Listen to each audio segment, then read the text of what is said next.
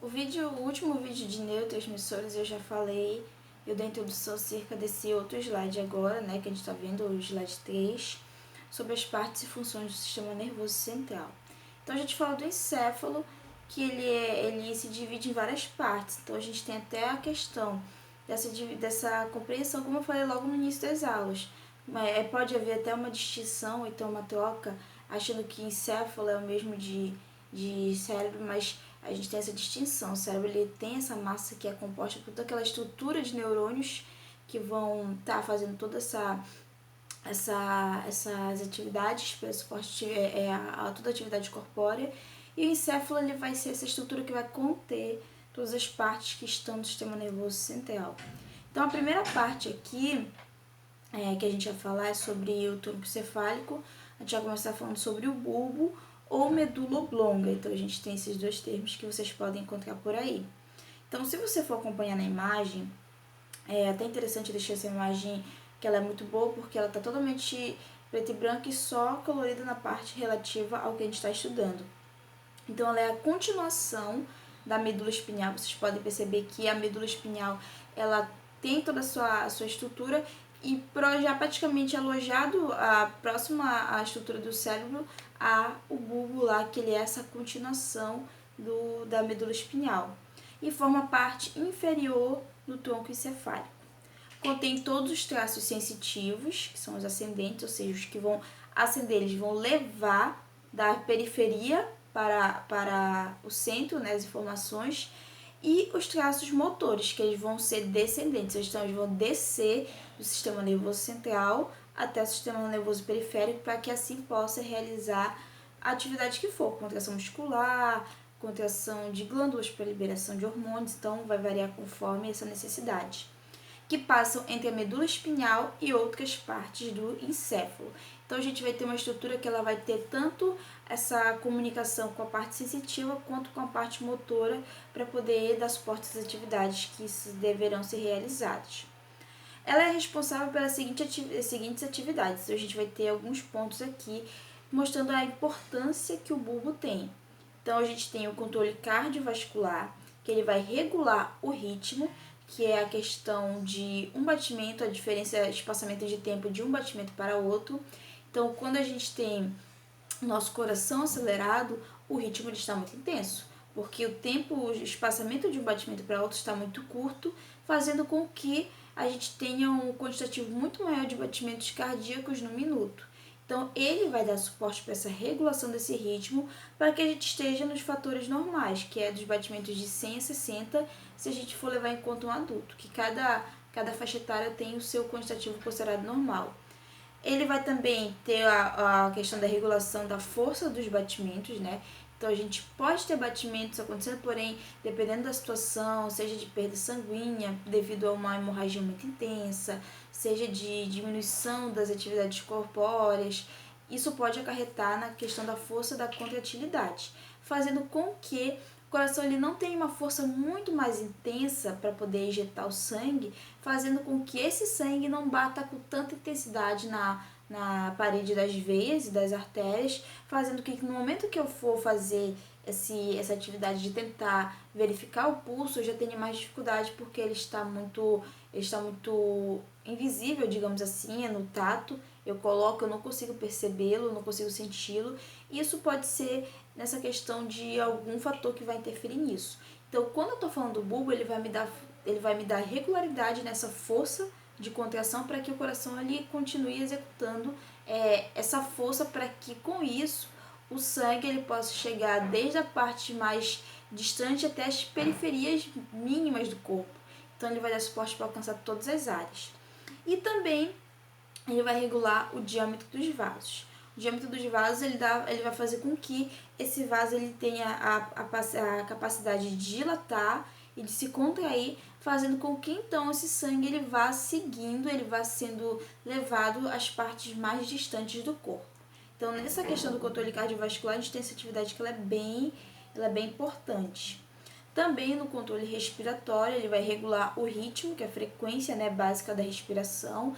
Então, toda essa questão da nossa respiração, se ela já está no movimento no número de movimentos normais, a gente tem o bulbo fazendo com que a gente esteja nesse controle, nessa respiração de acordo com a normalidade. Diante de situações como, por exemplo, uma atividade muito intensa, uma emoção muito forte, a gente pode ter esse ritmo acelerado ou até diminuído. Mas para a gente estar de acordo com o valor normal, o bulbo ele vai me dar essa possibilidade de ter esse controle. E também sobre os reflexos do tronco cerebral, como a deglutição, então no ato de engolir, no ato de conseguir fazer essa atividade, suporte, é o reflexo que o bulbo me dá. O vômito também, né, diante de alguma situação que nos traz muito nojo, que nos traz uma reação intensa que vai gerar esse reflexo. A tosse, o espirro e o soluço. Então, se a gente está numa desregularização corporal e a gente tem algum fator que vai alterar em um quantitativo muito intenso, a gente tem a questão do bulbo sofrendo essas consequências. Mas para a gente ter a regularização, tanto na questão respiratória quanto na questão de batimentos cardíacos, o bulbo ele me dá essa possibilidade. Em vista das muitas atividades vitais controladas pelo bulbo, né, que a gente percebeu, não surpreende que um golpe forte na base do crânio possa ser fatal.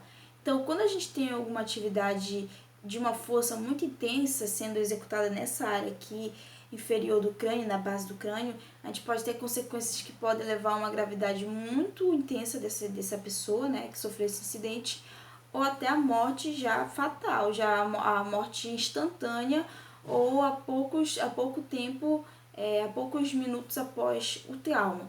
Então é uma área que tem um controle muito, muito crítico e muito importante em relação ao corpo. Se ele sofrer alguma consequência, a gente tem fatores que podem levar desde a criticidade até o óbito dessa pessoa, ok?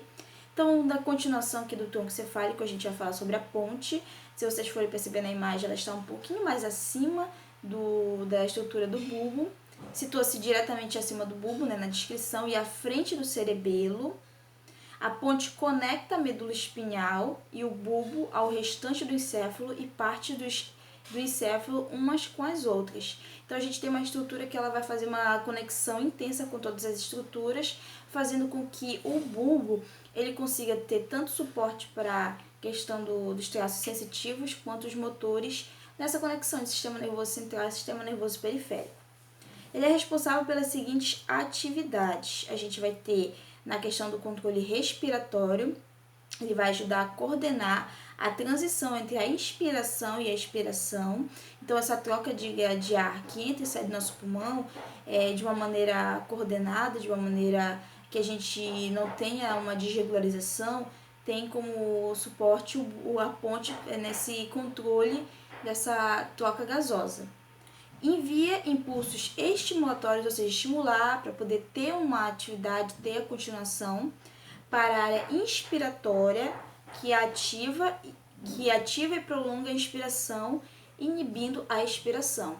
Então, todas as atividades normais, na questão da nossa respiração, para a gente ter esse ritmo, essa troca gasosa adequada para poder suprir e oxigenar os tecidos, a gente tem a ponte como responsável por isso. Controle urinário da bexiga. Então, a gente tem a ponte também responsável por essa atividade. Ela coordena os sinais simultâneos de contração do músculo liso da bexiga. Então, aqui, se você ler aqui o slide, é uma descrição de sequências que a gente vai ter nesse controle da bexiga. Então, aqui é uma coisa que vai acarretar a outra, e assim a gente vai ter a liberação da urina.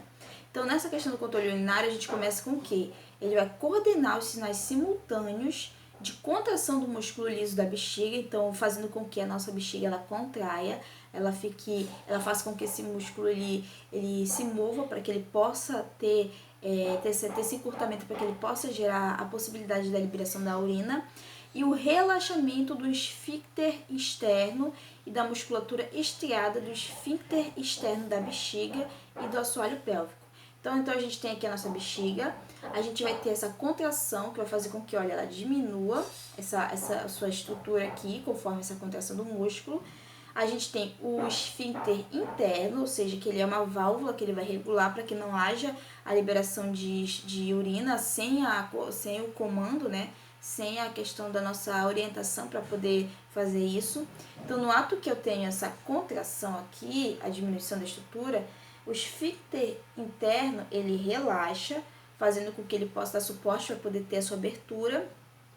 Aí também a gente tem o relaxamento da musculatura estriada do esfíncter externo. Então, a gente tem tanto o interno quanto o externo aqui para ter essa questão. Então, o nosso esfíncter interno relaxa, o nosso esfíncter externo também, para que o assoalho pélvico ele fique preparado para poder fazer o ato de urinar. Assim como também ele é responsável por ações na glândula lacrimal. Então, isso aqui é só a descrição de toda a estrutura de contração e relaxamento que possibilita a gente de poder fazer a liberação da urina. Também ele fala sobre o controle vestibular do movimento dos olhos, que é a ação de piscar quando algum objeto entra em contato com os olhos. Então, se a gente está mexendo em alguma estrutura com poeira, se a gente teve algum cílio, por exemplo, que cai, que incomoda bastante, o nosso ritmo de piscadas ele aumenta muito, fica aquela piscada muito intensa para poder tentar retirar o objeto que incomoda. Então, essa ação que a gente tem de piscar intensamente, quando tem algum objeto incomodando nos olhos, isso vem ser como resultado da ponte para poder auxiliar nessa retirada desse objeto, para poder amenizar esse desconforto na região dos olhos, ok? Então, aqui a gente vai finalizar esse vídeo e a gente vai continuar as demais estruturas relativas às partes do sistema nervoso central.